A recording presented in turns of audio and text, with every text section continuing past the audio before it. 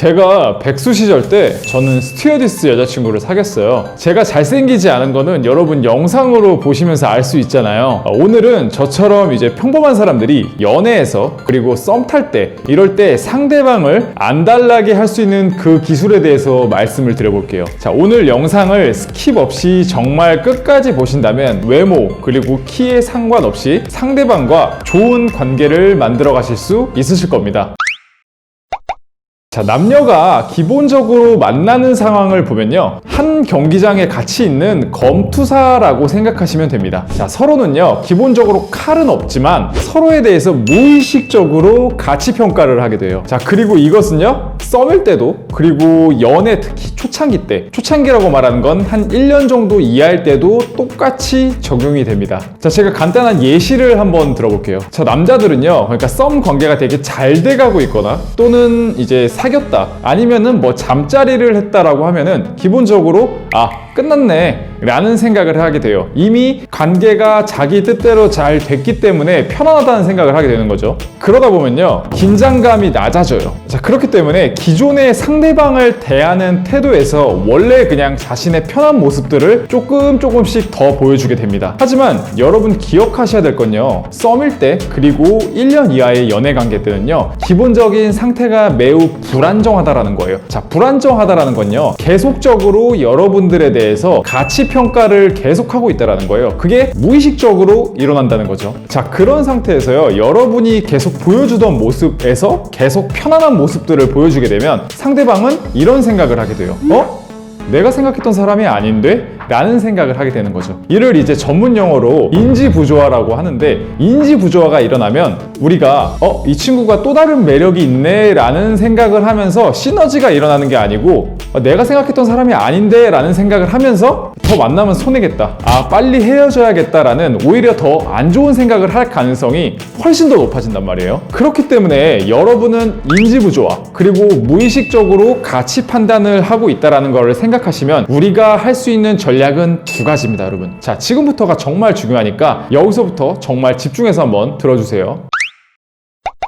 자, 첫 번째는요, 그렇기 때문에 우리가 보여줘야 될 모습은 일관적인 모습이에요. 자, 여러분은요 카톡을 할 때 그리고 실제 만났을 때, 그러니까 썸 상황일 때요, 그럴 때 너무 다른 모습을 보여주지 마세요. 예를 들면 카톡을 하는 상황이면은 정말 편하게 카톡을 하기 때문에 여러분이 막 드립도 치고 그럴 수 있어요. 근데 만났는데 굳어버려. 자, 그러면 뭐라고요? 인지부조화가 일어난단 말이에요. 그러면 마이너스적인 효과가 있기 때문에 오히려 카톡을 할 때 힘을 빼시고 여러분의 원래 성격이랑 비슷한 모습을 보여주려고 노력하세요. 그리고 여전히 여러분이 사귄다고 해도 계속 우리는 무의식적으로 가치 평가를 하고 있는 상태구나, 나는 인지부조화를 주면 안 되구나 라는 생각을 하면 한 1년 정도까지는요 여러분의 원래 모습에서, 여러분이 처음부터 보여줬던 모습에서 너무 편한 모습을 보여주지 마세요. 이 부분이 정말 중요합니다, 여러분.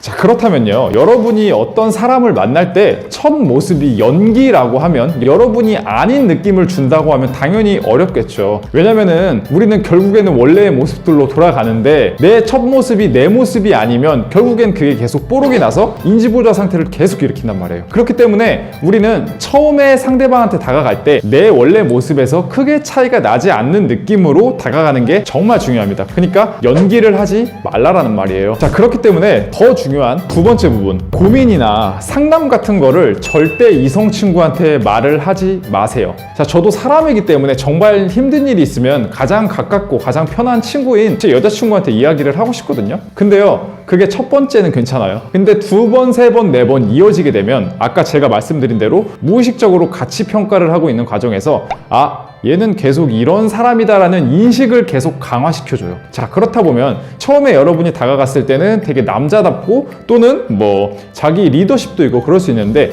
만날수록 고민을 털어놓다 보면요, 여러분에 대해서는 이 친구는 되게 항상 그냥 고민이 많고 항상 자기 일이 잘 안 풀리는 것 같은 그런 느낌이네 라는 식으로 여러분이 가지신 가치보다 더 낮게 여러분을 판단하게 돼요. 자, 이 과정은요 상대가 나쁜 게 아니고 여러분이 나쁜 게 아니에요. 그냥 무의식적으로 사람이라면 일어나는 그런 심리적인 작용입니다, 여러분. 자, 이성에게 매력이 없어지는 순간이 바로 이런 순간이에요, 여러분. 자, 그렇기 때문에요, 정말 힘든 상황이나 정말 눈물겨운 상황이 있으면 사실은 남자친구, 여자친구한테 이야기할 게 아니고요, 정말 친한 여러분 친구들 있잖아요. 그 친구들 가서 술 먹으면서 풀면서 울어요. 거기서 풀어버리시는 거예요. 그리고 이성 친구를 만날 때는 조금 더 좋은 느낌의, 좋은 텐션의 흐름들을 이어가는 겁니다, 여러분. 이게 정말 중요해요. 이게 어느 정도 쌓여지고 1년 이상이 지나갔을 때, 그때는 이제 정말 여러분들에 대해서 되게 편하게 오픈될 수 있지만, 그 전까지는 항상 불안한 관계, 항상 무의식적으로 가치 평가를 하고 있는 관계라는 걸 잊으시면 안 됩니다. 자, 오늘은요, 심리적 기술, 인지부조화적인 측면, 그리고 무의식적으로 상대에 대한 가치평가에 대한 예를 들면서 상대방을 그럼 어떻게 하면 안달나고 안심되게 할 수 있는가에 대해서 한번 이야기를 해봤어요. 네, 오늘 영상이 도움이 되셨으면 좋아요하고 구독 한번 꼭 부탁드리겠습니다. 네, 감사합니다.